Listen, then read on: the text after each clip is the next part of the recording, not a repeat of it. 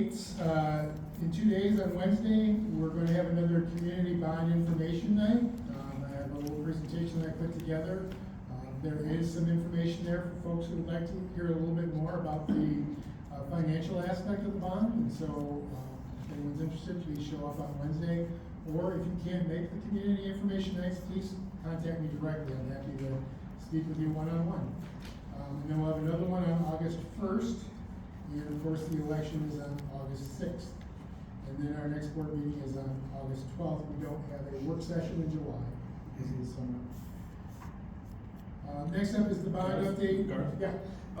Where do you have this posted other than our agenda here? Where else are community members finding out about these meetings? I sent a letter to all of our families, so that went on, and then that's been shared on Facebook. We also have it posted on our website. And we put it on the signboards. I believe Kathy had the last one. I don't know if she has this one on, but we try to put it on our signboards, our digital signboards. Thank you. Yep. So in terms of bond update, just again, I've continued to meet with different groups. Last week I met with the Lifelong Learners group over at the Township Hall, and just kind of, again, went through the information for them, let them know what we're hoping to do if the bond were to pass, let them know what we think the financial impact would be if the bond were to pass. We do have the 2 information nights coming up. I know that we have some folks who are a support group for the bond proposal, the Friends of Allendale, and they have Allendale Public Schools, and they have a website that they're working on, not a website, but a Facebook page. One of our former students has been gracious enough to head up that effort. We really appreciate all the work he's done with that to try to give people the information as well. I would imagine it's on that Facebook page as well when the information is out, so folks can get that there. But other than that, we're just moving forward. We did have a group marching the 4th of July parade to support the bond, and that was, we had 35, 40 people in that group, and a lot of support. It was really nice to see.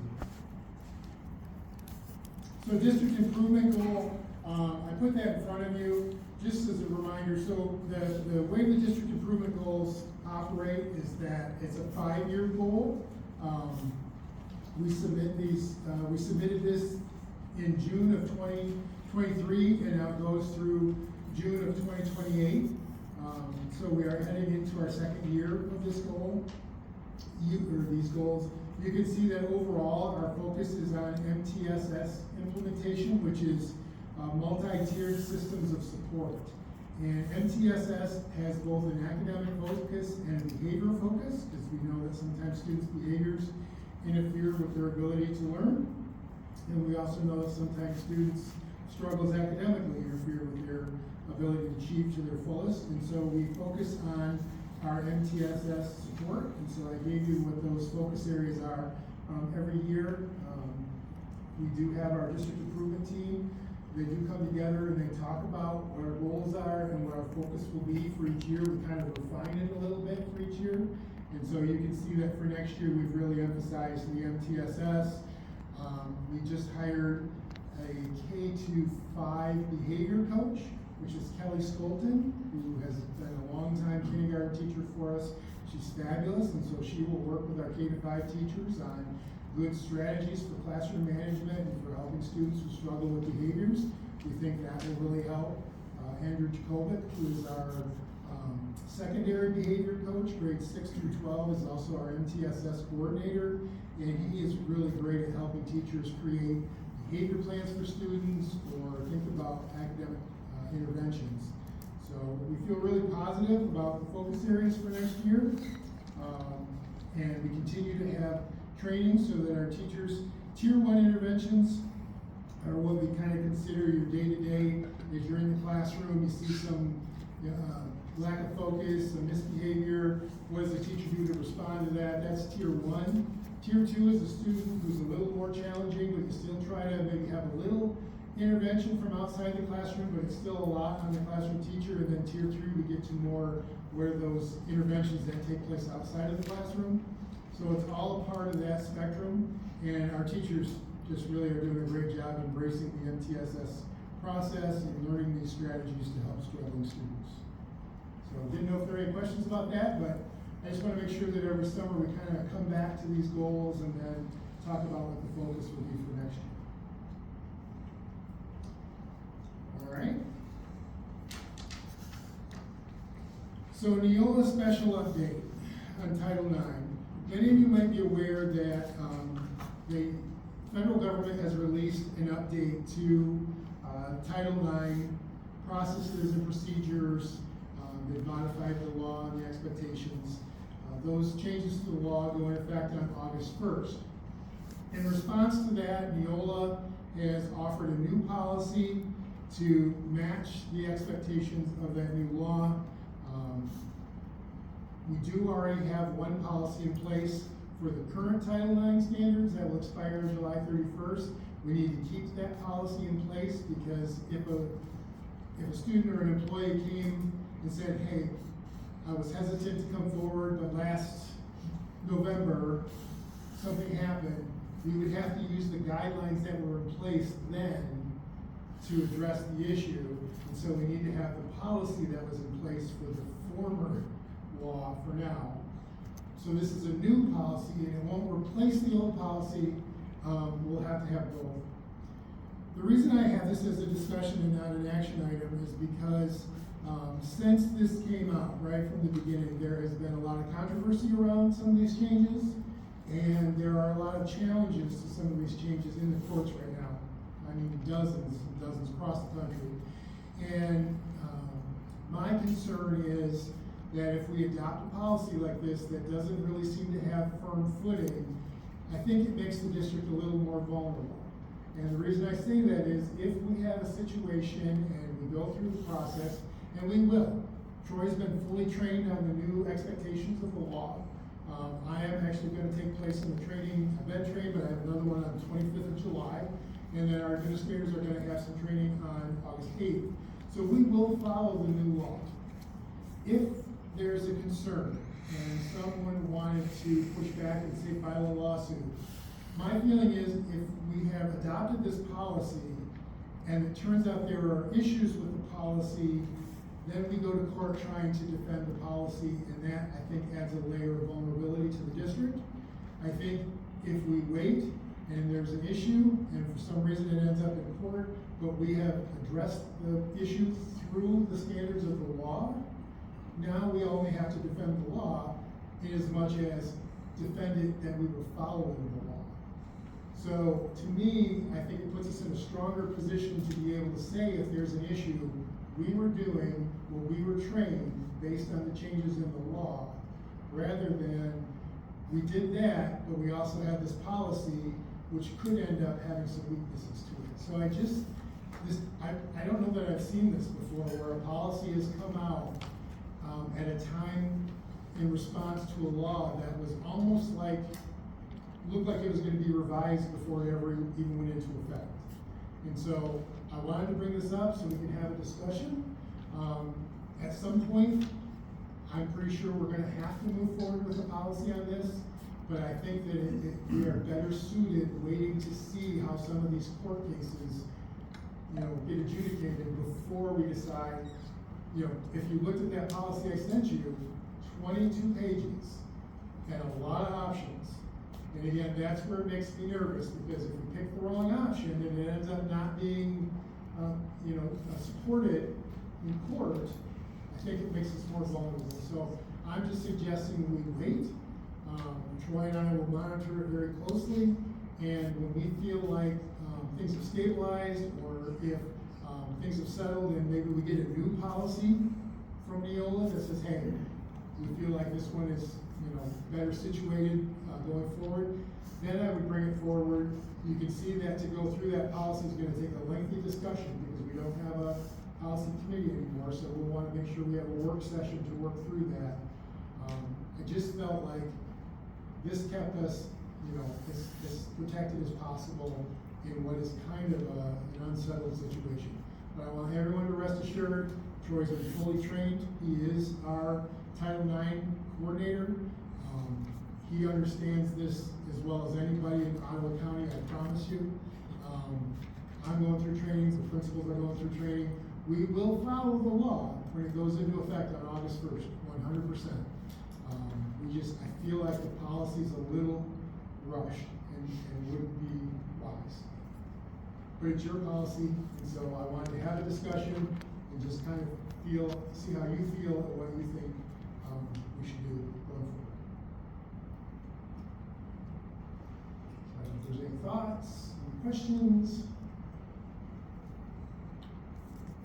Is this typical I don't remember doing a whole lot of policy this summer.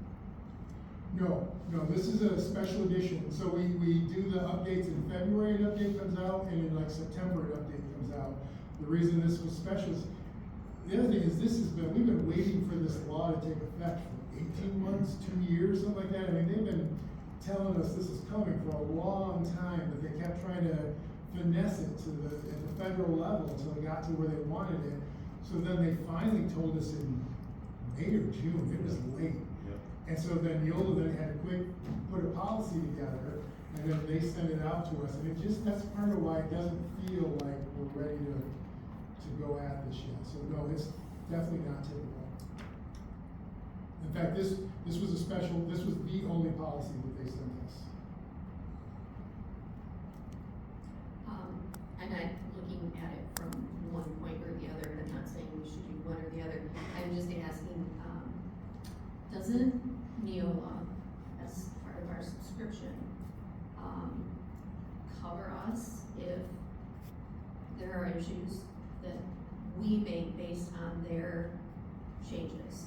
They do, and again, we could, if it were challenged, and I've never been in a place where a timeline decision's been challenged, but, you hired a warrior as a superintendent, so it's my job to try to keep us, and my worry is, just because Varnum says we guarantee this policy, I don't know that they've never lost in court.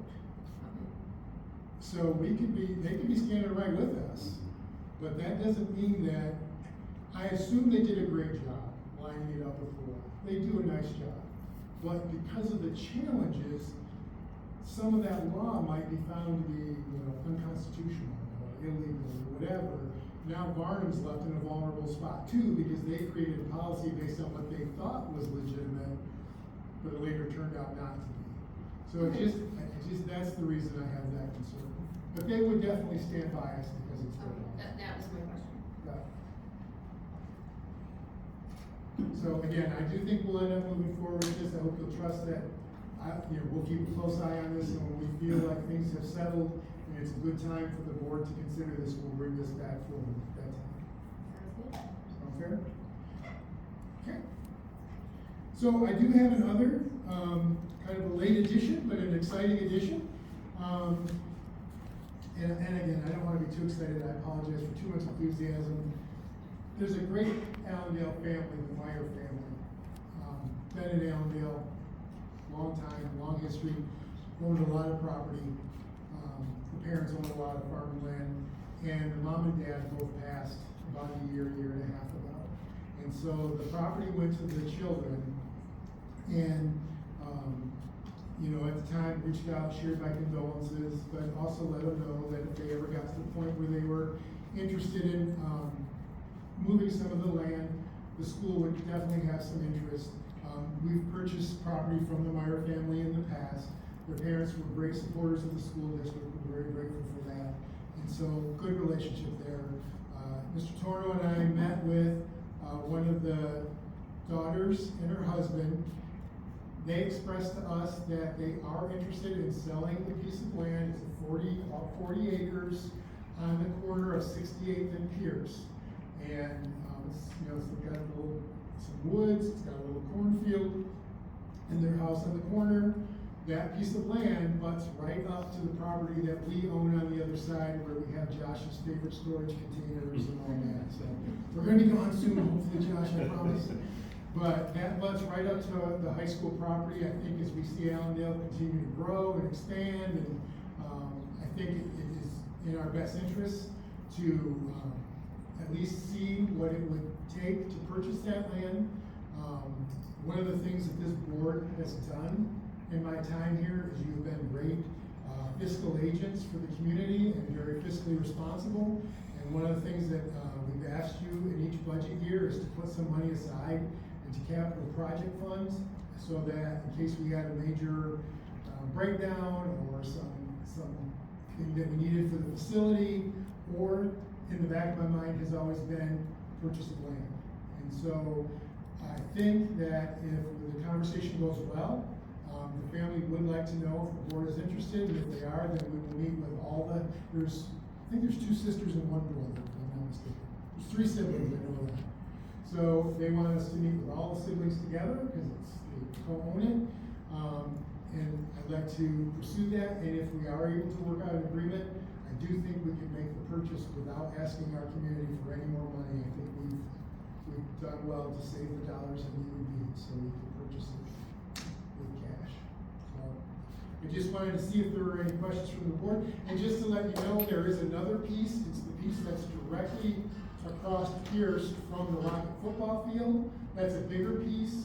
The family let me know that at this time, they are not looking to sell that piece. They have 3 years left on the agreement with the local farmer who leases that land. Corey's smiling because it's Mr. Victory, Roger Victory. I'll say his name, Victory Farms. Roger's a great guy. He has always been a great friend of the school district as well. But they have that agreement. I appreciate that they want to honor that agreement. But I also want to try to see if we can convince the family to maybe work out a right of first refusal, so that after their agreement with Victory Farms expires, and maybe it's 3 years, maybe it's 10 years, I don't know, but after it expires, maybe we would have the first chance to purchase that, because again, that would be another great natural extension of the school district. So I'd like to move forward with the conversation to purchase the 68th and Pierce property and try to work out a right of first refusal, which again, doesn't tie us into anything, doesn't tie them into anything, just means they'll ask us first, so. Questions? Yeah, the property on Pierce and 68, are they just working with us? Are we getting in a bidding war? How's that process working? I'm pretty convinced they're gonna give us the first shot at it. Yeah, I don't think they're necessarily interested in getting a realtor, as I mentioned to them, because of who we are. We would need to bring an attorney in and have them, help us through, this purchase, because school districts purchasing property, as you can imagine, there's a lot of red tape we gotta work through, so we're gonna want an experienced attorney. But I don't think there'll be any realtor fees involved, so I'm not necessarily sure that they wanna get a realtor involved. I feel like they wanna make a direct purchase, so I think we get the first shot at that piece. Has anyone from the Public School Foundation been at any of these talks? I'm just wondering, if they would have any interest in donating part of it for tax purposes, or if they're looking for cash out. Just, I'm always thinking of how we can increase the value of the foundation, and someone who's been in Allendale for this long, a lot of times has a connection to that, and so I just can wondering. ask, yep, I can certainly ask. The next step, I think, if the board's okay with it, is that, again, we set up a conversation with all 3 siblings together, and then Gary and I, and probably our attorney to go through. Is it all buildables or some, is there a creek through there? That's a good, I think it's all buildable, right? Yeah. There's woods. Subby Dream kind of butts up to the back of ours and to the back of theirs, but So it's kind of right in the middle, so maybe a bridge or yeah. something. Yeah.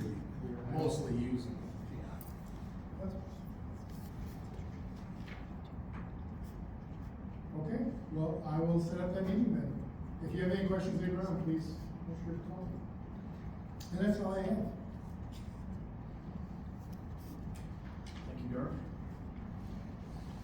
Next up, we have board comments. Kim? Liz?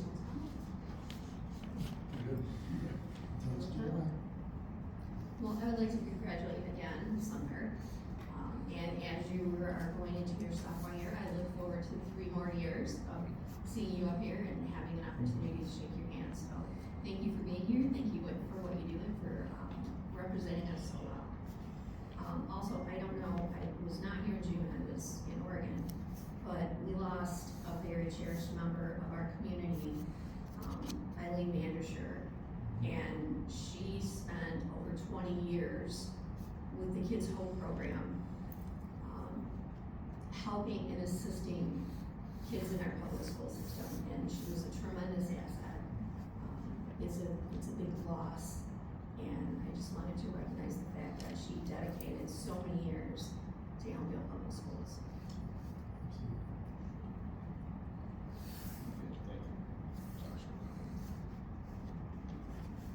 Congratulations, Summer. 3 more years, just like Pam said. No pressure. No pressure. I have no further comments. Next on the agenda, we have our action items. I have a motion to approve the school board bond qualification and loan program and resolution as presented. Motion to approve the school board bond qualification and loan program application and resolution as presented.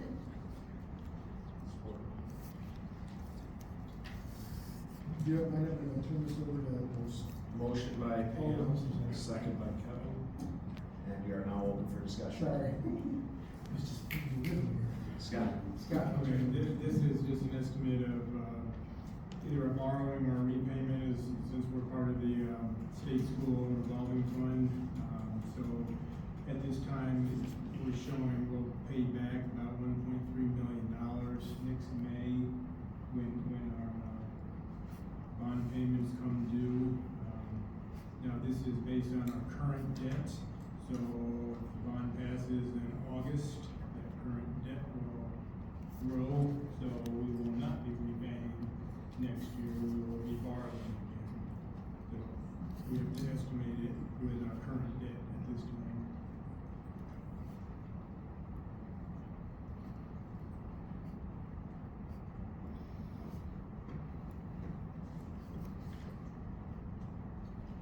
Any further discussion?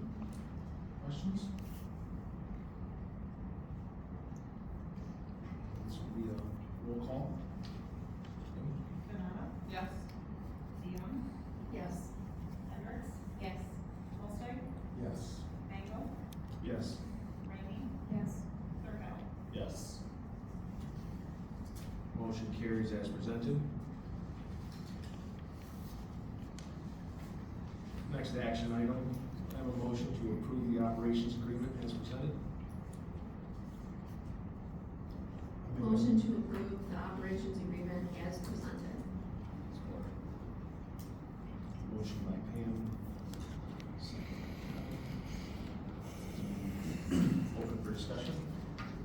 Yeah, so our operations agreement covers our custodians, our maintenance staff, and our grounds employees, and, it's a 3-year agreement. It's a work agreement, it's not a labor contract, they're not represented by a union any longer, and so, Mr. Vanderlaan did a lot of the, hard work on this and the heavy lifting, and, he and Ethan Meyer from their group, had a lot of good conversations. The biggest adjustments, of course, were wages. We're working really hard to stay competitive with our employee wages. We've got great people. We've actually had some consistency on our staff. And so we want to keep those good people around. And so we, made some wage adjustments. And then there were some other small language changes around vacation days and a little bit around snow days, those kind of things. But, it's a great agreement. The group seems really happy.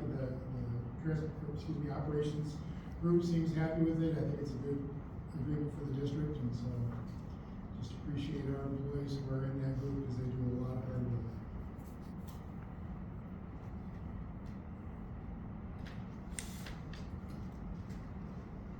Any further questions, discussion on the operations agreement?